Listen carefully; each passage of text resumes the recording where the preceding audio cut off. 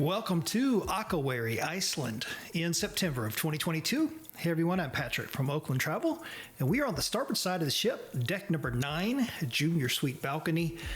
Late in the afternoon, probably 4:30, 5 o'clock-ish, something like that. And it is time for the ship to head over to Reykjavik, which is the next port of call on a 14-night Arctic crossing cruise.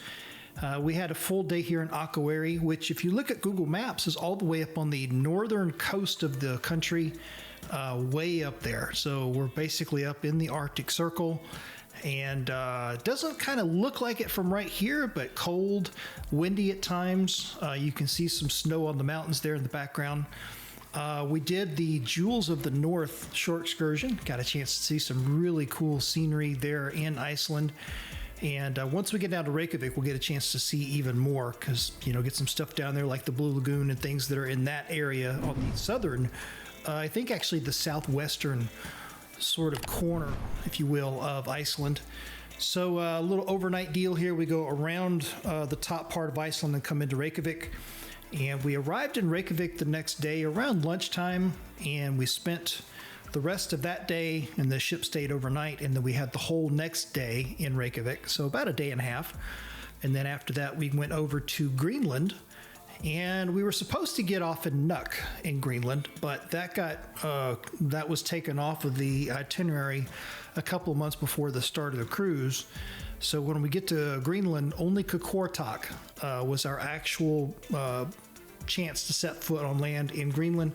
We did get a chance to cruise through the Prins Christian Sund area of southern Greenland, which was pretty cool. It's kind of one of those things where you don't get off the ship. The ship just goes all the way through this fjord area, I think it's something like that. You get all the way up to where you see a glacier. They spin around, everybody gets a chance to see the glacier for a little while, and then you come all the way back down, and then from there we went over to Boston at the end of the cruise. So it was a 14-night repositioning cruise where they were taking the Voyager of the Seas back over to the United States from Europe at the end of the cruise restart. The Voyager was one of the very last ships to actually restart after the pandemic with passengers in the spring of 2022. And then the ship spent the Mediterranean, spent the summer of 2022 cruising the Med. And then, of course, here in September, they brought her back over to the U.S. Once it got back over to the U.S., it ran some cruises up in New England, going out of like Boston, I think, for a couple of months. And then, of course, they took it down into the Caribbean for the winter sailing season, the winter cruising season in the U.S. So that's pretty common. But we had a really good time. This was the longest cruise we've ever done with Royal Caribbean, 14 nights. And so we decided to do the Royal Upbid to go from a regular ocean view balcony up to the junior suite. And it was definitely worth it. So right here you see some of the beautiful scenery of Akureyri as we are pulling out of port and heading over to Reykjavik.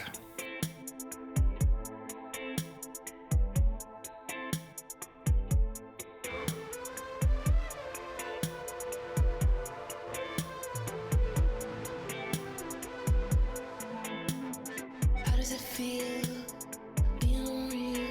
Yeah, I made a deal, a lavender seal, yeah, with you.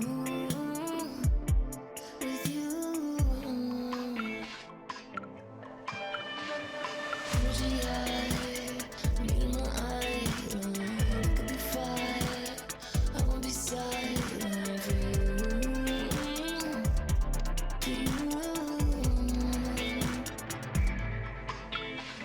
I don't wanna say if someone else says it, 'cause no one else says it. And there's no going back. I don't wanna say if someone else says it, 'cause no one else says it.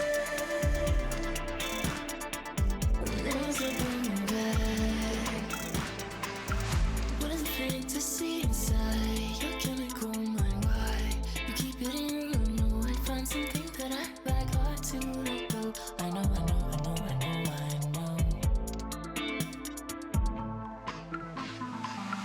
What is it fake to see inside your chemical mind? Why you keep it in? I know I find something that I like hard to let go.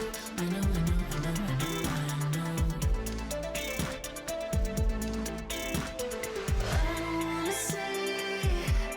someone